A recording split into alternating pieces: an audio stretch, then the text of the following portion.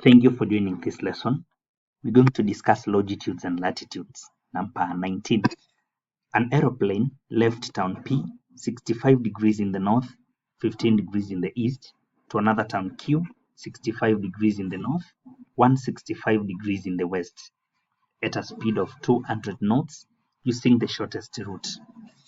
Take pi as 22/7 and capital R as 6370 kilometers. Find part A Roman 1, the shortest distance traveled in nautical miles. So the instructions here are two. We are calculating the shortest distance, not just distance, and strictly in nautical miles. Therefore, we should know when two places are along what we call supplementary longitudes, then the shortest distance between the two places is usually the distance along the poles or across the poles. Let's say, for example, we are having the equator here, 0 degrees. Then there are places which are on a latitude, a certain latitude, 65 degrees north. Then these places now, we are saying, remember, now there is the North Pole here. So if we sketch the path which will be followed by this plane, if we sketch the path followed by this plane, now you discover that if a plane is moving from, let's say this is the longitude 15 in the east, you discover once it reaches the North Pole, then that plane will proceed in the same path, but it will find itself flowing through 165 now in the west. Therefore, that is how supplementary longitudes function. From one path, you proceed on the other side of the prime meridian on the supplementary longitude to that one. So if a plane is moving up to the North Pole along 15 in the east, then it will move down through 165. So this is going to be our P. This is going to be our point Q. Point Q will be at that point. And now that the latitude is 65, then it means now from the center of the earth, if we measure the angle, we find this is an angle of 65 up to the latitude. Then again on the other side, it's an angle of 65. So now we are talking about the angle between now, or the angle for this arc. Remember now from Q to P or P to Q is an arc across the North Pole. So this is now treated as an arc for a great circle.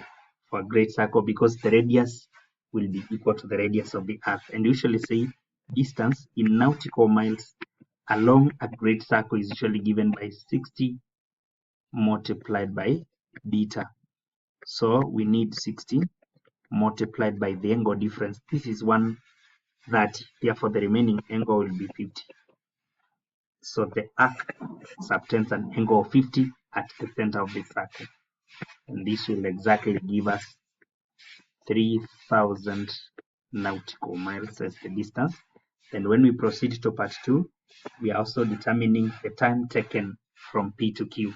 So time is usually given by distance out of speed. So a distance of 3,000 and a speed of, according to the instructions, 200 knots.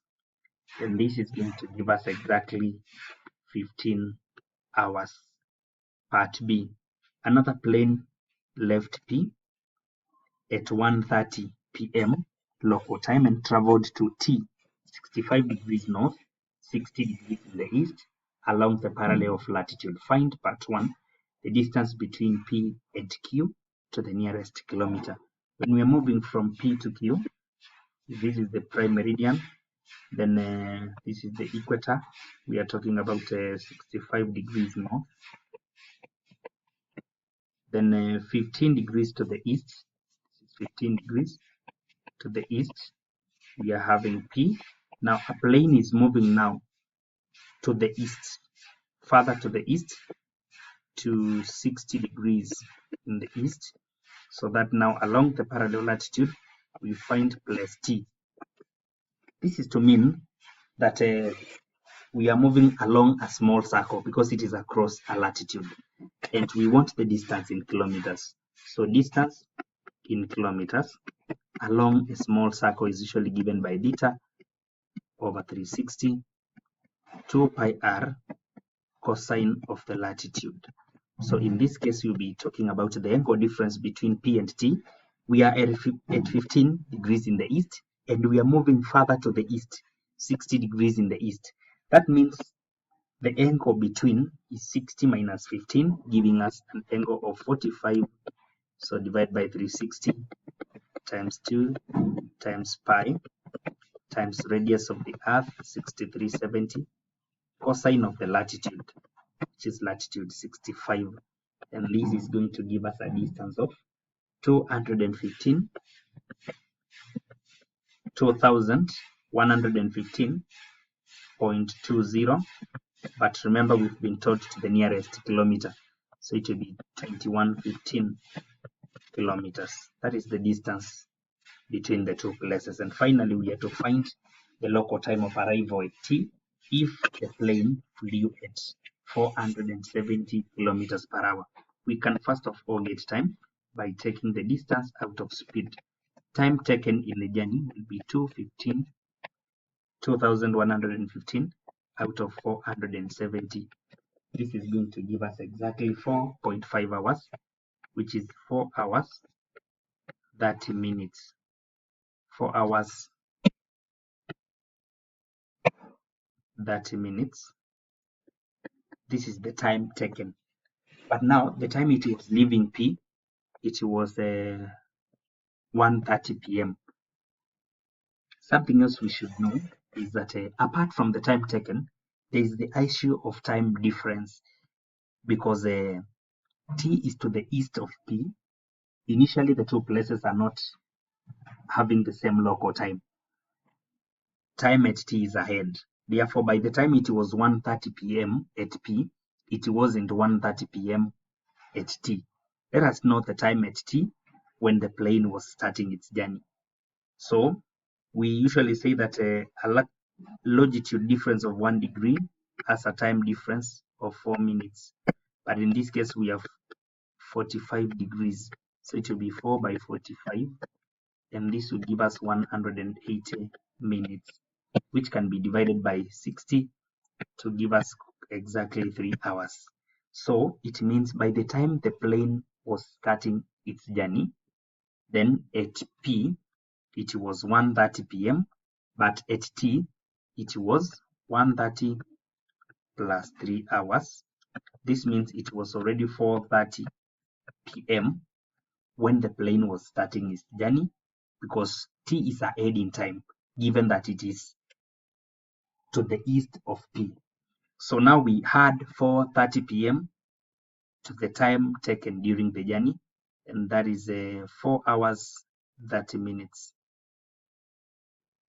4 hours 30 minutes, and this is going to give us we add 4 hours 30 minutes, we're going to get 00 the side of minutes, and this is going to be 9 p.m.